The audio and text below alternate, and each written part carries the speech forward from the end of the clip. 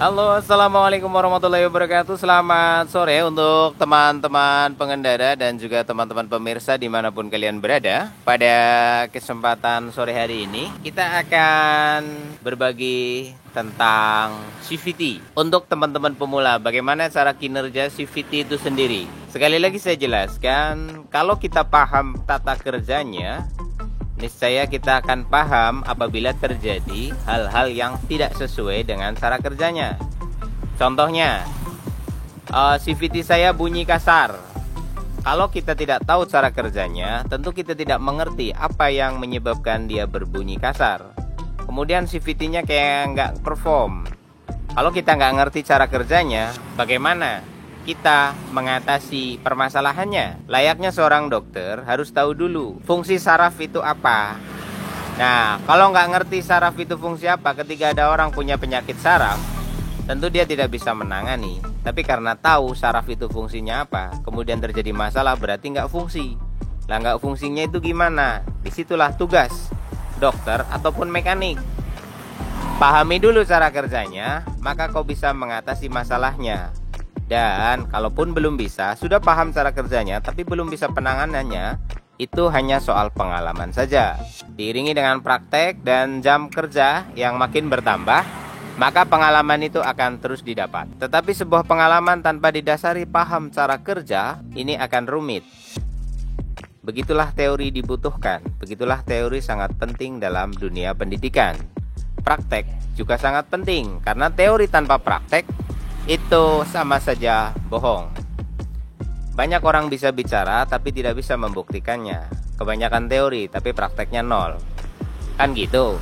Tapi banyak juga yang pandai praktek tapi tidak bisa menjabarkannya karena teorinya mungkin belum begitu memahami atau belum bisa menjelaskan secara detail tentang teorinya itu sendiri. Tapi yang paling penting adalah prakteknya. Sebagus apapun teori, kalau prakteknya nol, percuma. Kali ini ada motor Beat. Sebenarnya motor ini tidak terlalu bermasalah, tapi kita akan sengaja buka untuk kasih tahu cara kerjanya. Bagaimana sebenarnya cara kerja CVT atau sistem motor matic ini? Kita akan perhatikan motor ini, kita akan bunyikan. Standarnya tolong.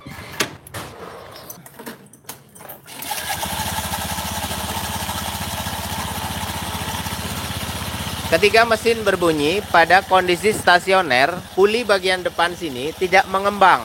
Kenapa tidak mengembang? Karena daya dorong putaran mesinnya belum begitu besar menekan pelor atau roller. Di dalam sana terdapat roller di sini. Nah, roller ini bekerja berdasarkan gaya sentrifugal atau daya dorong putaran. Rollernya berjumlah 6 biji, ada di dalam sana. Ketika roller ini mendapat putaran, dia akan melontar keluar. Karena lontaran ini, roller ini akan mendorong ke depan. Dan bagian belakang sini terdapat pegas atau peer coupling ganda. Dia bertugas untuk mempertahankan posisinya seperti ini. Hukumnya sama dengan metode rantai. Kenapa gear depan selalu kecil dan gear belakang lebih besar daripada gear depan? Itu tujuannya agar daya penghantar energi mesin sampai ke bagian belakang tanpa kelebihan beban. Apabila kondisi ini dibalik, lebih kecil di belakang, lebih besar di depan, tentu motor akan berat. Dan di sini suaranya lumayan kembrusuk, kemungkinan terbesar cak slate paste-nya ini sudah mulai aus atau oblak.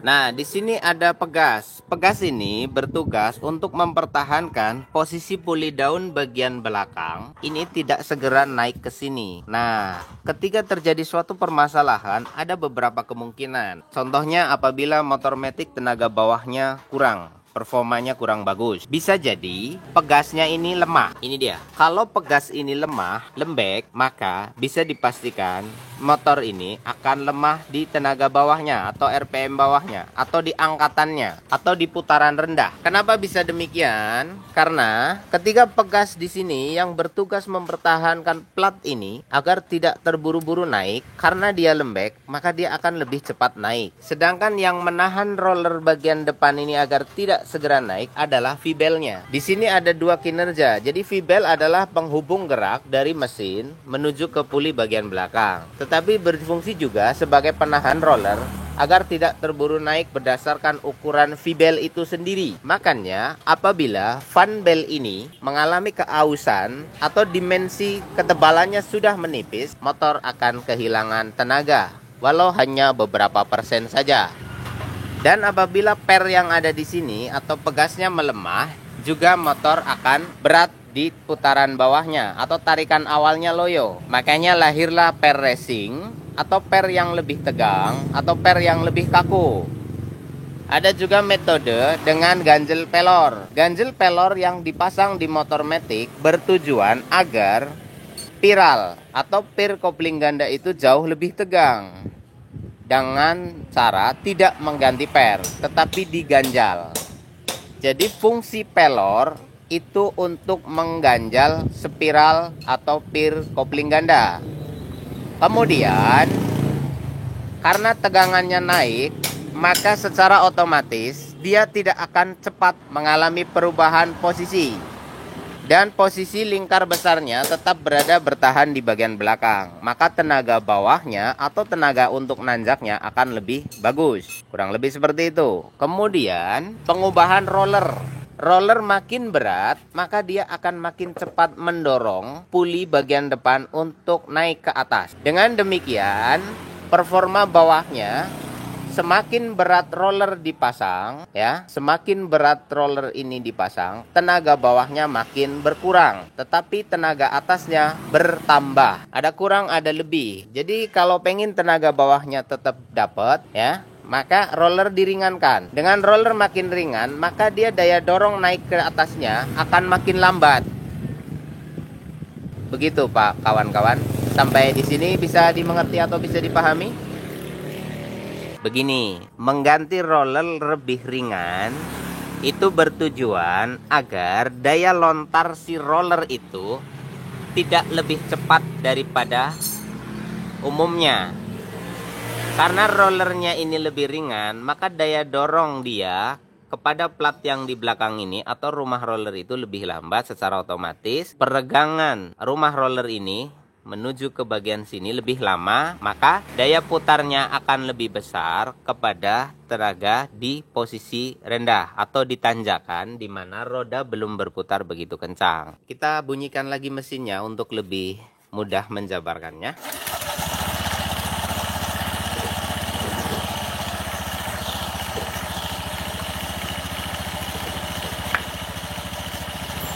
Perhatikan baik-baik di sini. Ketika putaran mesin masih rendah, ya, roller belum mendorong dengan kuat karena daya sentrifugalnya belum besar. Ketika gasnya dinaikkan, dia akan naik lebih cepat.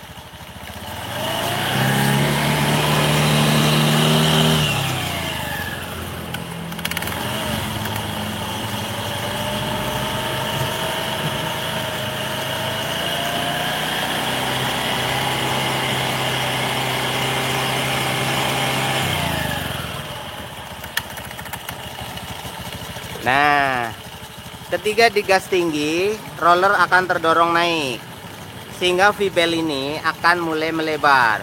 Maksudnya posisinya bagian depan akan mulai naik. Dan di belakang, karena hanya ditahan oleh pegas, pegasnya akan mulai terdorong. Nah, sifat pegas adalah terus mendorong. Ketika di sini putarannya menurun, maka pegas akan mendorong balik ke belakang, sehingga posisi akan kembali seperti semula. Jadi ini seperti perpindahan gigi. Gigi kecil, gigi besar. 1, 2, 3, 4 gitu. Cuma diatur secara mekanis otomatis. Setiap kali kau ngegas, maka rollernya akan mendorong V-bel. Dan bagian belakang akan tertekan, sehingga pernya akan naik. Begitu seterusnya. Idlingnya nyala, jadi mati. Nah, ketika di sini ada suara kemplotok setiap kali lepas gas, maka permasalahannya yang kemungkinan terbesar mengalami beban longgar itu di sini. Di rumah roller ini ada bantalan, 3 plastik penahan agar dia tidak terlalu goyang. Ketika plastik 3 ini mengalami aus, maka setiap kali lepas gas akan timbul suara klotok klotok klotok klotok klotok klotok klotok. itu kayak gitu. Tapi akan berbeda kasus kalau gasnya ditarik timbul suara kompresek. Itu masalahnya ada di sini. Ketika teman-teman narik gas tapi timbul suara masalahnya ada di sini. Karena di sini sedang mendapatkan beban tekanan. Tekanan dari apa? Tekanan dari plat ini. Plat ini akan tertekan naik dan pegasnya akan menahan, sehingga beban kerja laker akan lebih berat. Apabila lakernya mengalami permasalahan, tentu akan menimbulkan suara. Suaranya krecek. Pada saat ditarik timbul suara krecek laker, puli belakang. Dan ketika lepas gas, itu timbul suara klotok. Masalahnya ada di sini. Di bagian puli ini kocak atau oblak. Cara ngeceknya gampang saja. Karet ini ditekan. Nah, karetnya tekan seperti ini, biarkan dia kendor seperti ini. Lalu pegang rumah ini, rollernya, pegang bagian sininya, lalu cek, dan dia kocak. Nah, ini kocak. Kita dengarkan suaranya baik-baik. Sekali lagi, kalau ngecek ini, fan belnya harus dalam posisi kendor. Kalau kamu ngecek ini dalam kondisi kenceng, dia nggak goyang, sebab ada tekanan dari karet. Kalau karet ini kendor, dia tidak ada tekanan, maka dengan mudah kita bisa ngecek dia goyang apa enggak. Kita cek, dan dia goyang. Ini suaranya jelas banget. Cara ngeceknya geraknya naik turun Bret, sama goyang kanan kiri. Goyang kanan kirinya nggak boleh terlalu banyak. Kalau goyangnya cuma dikit nggak masalah.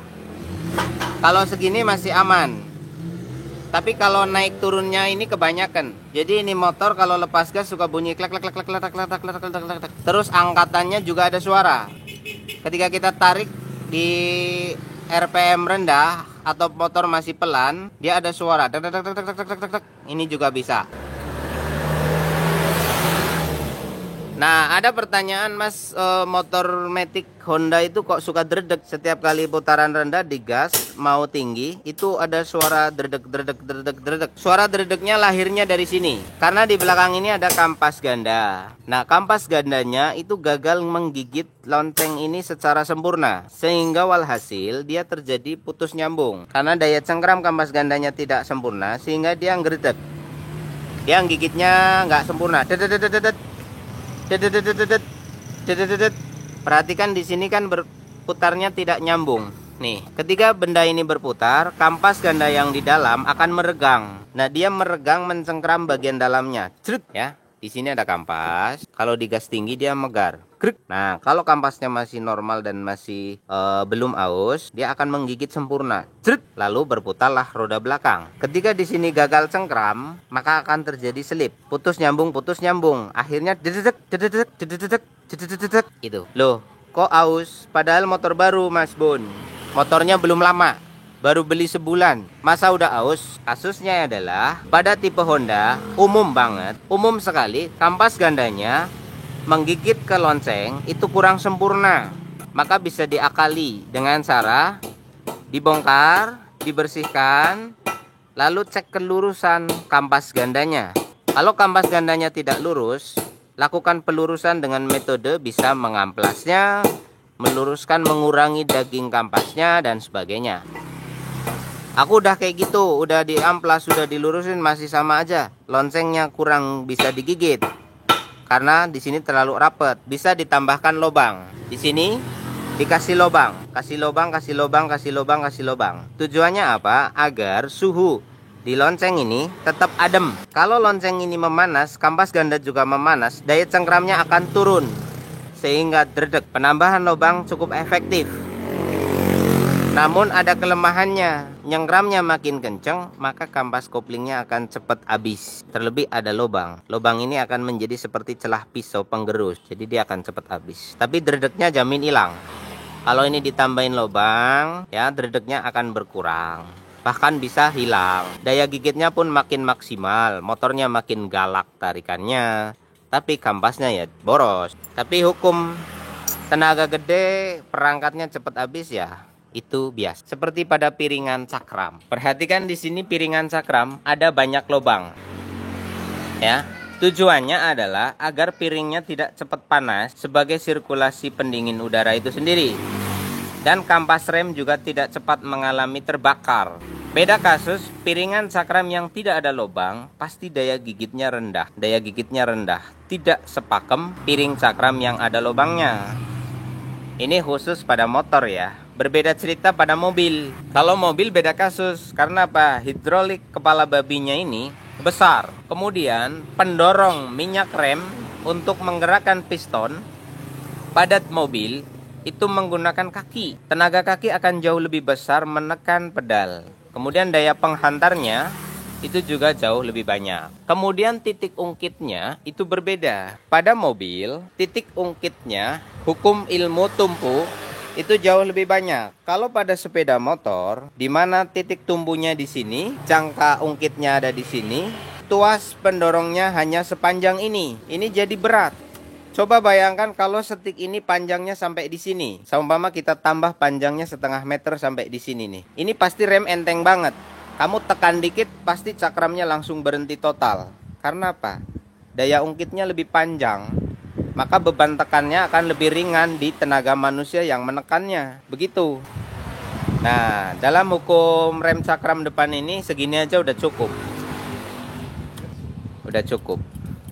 Daya ungkitnya udah bagus. Nah, rumus ini bisa digunakan pada kopling. Kopling berat, tuasnya panjangin. Tuas apanya? Bukan tuas handle-nya, tapi tuas tariknya yang dipanjangin. Itu pernah kita sampaikan di motor RX.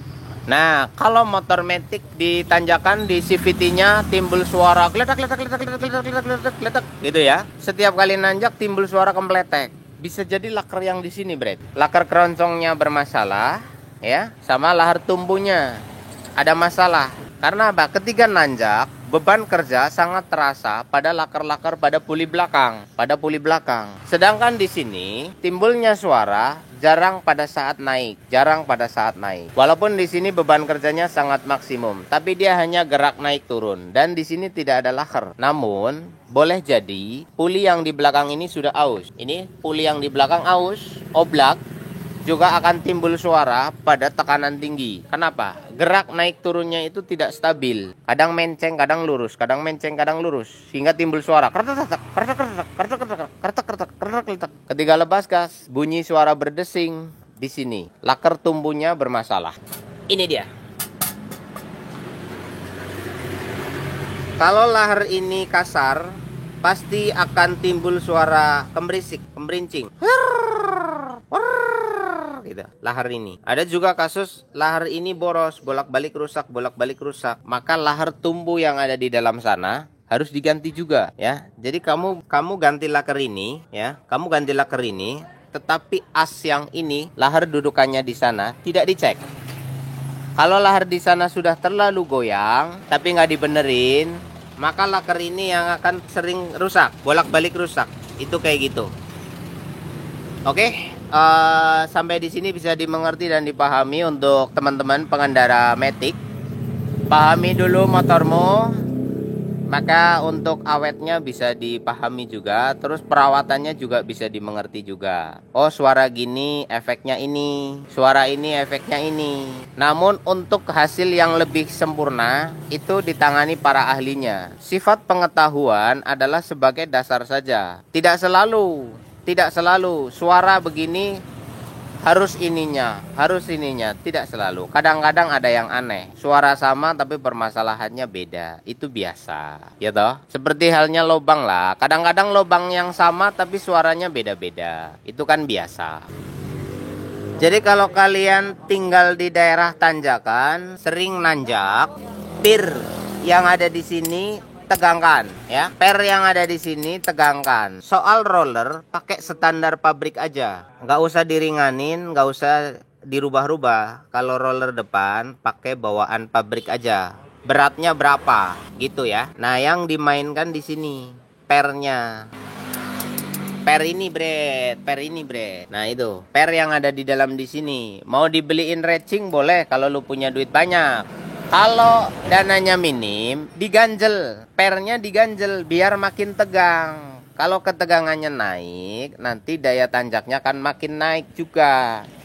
Makanya ada metode ganjel pelor. Kenapa pakai pelor? Dia lebih fleksibel. Ganjelnya ini mengikuti ritme pergerakan pernya ini kan kadang suka muter juga. Kalau pakai pelor muter-muter kan aman. Mau diganjel pakai yang lain juga boleh, terserah. Yang penting ganjel aman gitu aja. Nah, kalau masih kurang gigit, ini dikasih lubang. Ini ditambahi lubang 1, 2, 3. Nanti lagi dikasih spasi 1, 2, 3. Nanti kasih lagi 1, 2, 3. Kenapa dikasih lubang Mas Bun? Tujuannya adalah agar apabila terjadi daya gesek, namanya digesek-gesek kan panas bro, ya.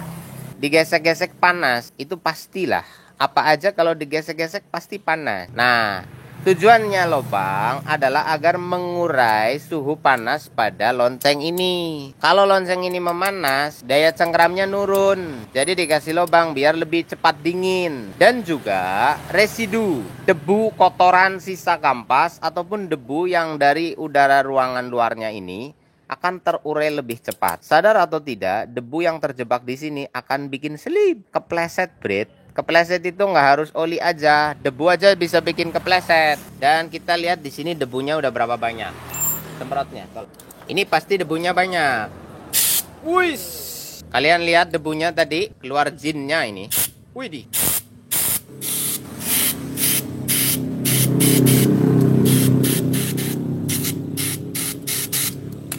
ini debunya banyak banget di dalam sini. Ini adalah residu kotoran kampas dan juga debu dari udaranya yang kotor. Apalagi kalau musim kemarau. Kalau musim kemarau, ini lonceng cepet banget keisi debu. Makin banyak debu di sini, makin selip. Daya cengkramnya jelas turun. Ini kayak papan karambol yang dikasih tepung, kan licin. Kalau ini dikasih debu, licin, selip kampasnya. Nah, perawatan berkalanya buat teman-teman pengendara metik, sering lakukan pembersihan di ruang CVT-nya. Karena ruang CVT ini bisa berdebu kotor. Kalau di sini banyak debunya, nanti selip, tenaganya kurang, akhirnya boros. Lah kok boros? Iya, karena tenaga mesin yang berputar tidak tersalur secara sempurna ke roda. Jadi mesinnya sudah menderu, motornya masih pelan. Makanya bahan bakarnya banyak terbuang tapi motor belum sampai. Maka disebutlah boros. Walau hakikatnya mesinnya standar, tidak ada yang bermasalah, tapi boros.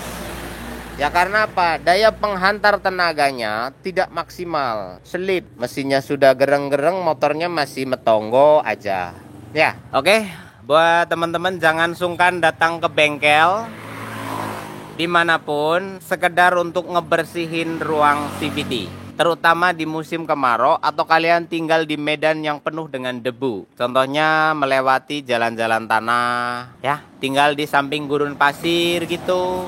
Atau kamu kerjanya berputar-putar di pabrik tepung. Ini pasti CVT-nya akan cepat sekali kotor. Cepat sekali kotor. Kotor oleh apa? Oleh debu, ya, oleh debu. Karena sumber udara yang masuk pada tipe motor ini itu hanyalah melalui ini. Ini celah masuk udara. Udara luar akan masuk lewat sini, masuk ke ruang bagian belakang sini. Nah, di sini nih. Nah, dari sini udara ini akan masuk membawa debu dan kotoran. Kemudian pada bagian ini, kalau teman-teman motor selahnya tidak balik. Ada banyak kasus motor di selahnya nggak balik. Ini malah nggak jalan acan. Gitu ya. Oh, ini lepas. Nah, ini teman-teman. Kasus motor selahnya nggak balik, ini kena debu.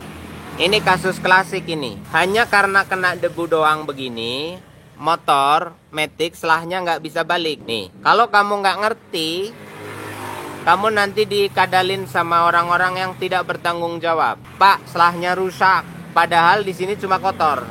Ini selahnya juga nggak balik nih. Oke, lanjut di sini ya. Ini selahnya nggak balik. Nggak pernah disela ya mas? Nggak pernah dipakai pula ini. Ini penyakit utama ketika motor di selah nggak balik. Ininya garing tuh. Nah ini dibersihin, nanti dikasih pelumas, stempet, pasang lagi beres, selahnya bisa balik. Kalau kamu nggak tahu nanti dibilangnya selahnya rusak, harus ganti gigi pinion. Nah gigi pinion ini namanya gigi pinion. Kita perhatikan ya, ini belum saya bersihkan. Kita perhatikan aja selahnya di sini. Selah Nah, ini selahnya nggak balik nih. Oke, tangan saya lepas semua nih. Ini selah nggak balik tuh. Nggak balik. Oke, jangan panik kalau motor matic selahnya nggak balik kayak gini nih, ya. Tolong oli, kita buktikan kalau selah nggak balik itu bukan rusak, hanya karena kotor. Nah, perhatikan ini selah nggak balik. Saya kayak bakul obat di pasar. Nah, ini kita nggak usah bersihin deh. Kita siram pakai oli aja di sini. Kasih pelumas, ya. Kasih pelumas. Kemudian kita dorong balik dulu. Setelah itu kita selah. Ini udah dikasih pelumas. Balik, ya. Tuh, balik deh. Nah. Tuh. Balik tuh. Nanti kalau udah di sela-sela enteng. Ketika olinya ini sudah melumasi seluruh bagian pernya ini, sudah kena oli semua, enteng dia. Nah, ini jangan sampai kedorong. Kalau kedorong nggak jalan. Makanya saya tahan biar nggak kedorong keluar. Ini kedorong keluar, bre. Sorry.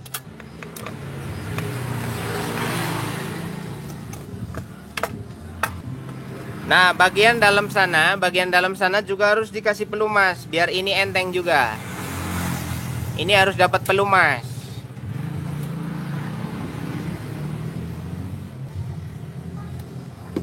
Ini praktis-praktis saja ya. Kalau mau lebih telaten dicuci. Cuci bersih, pasang lagi. Nah, perhatikan.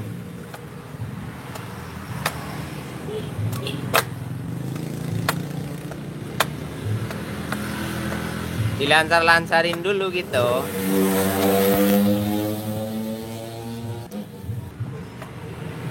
Nah, masih macet. Nah, tuh.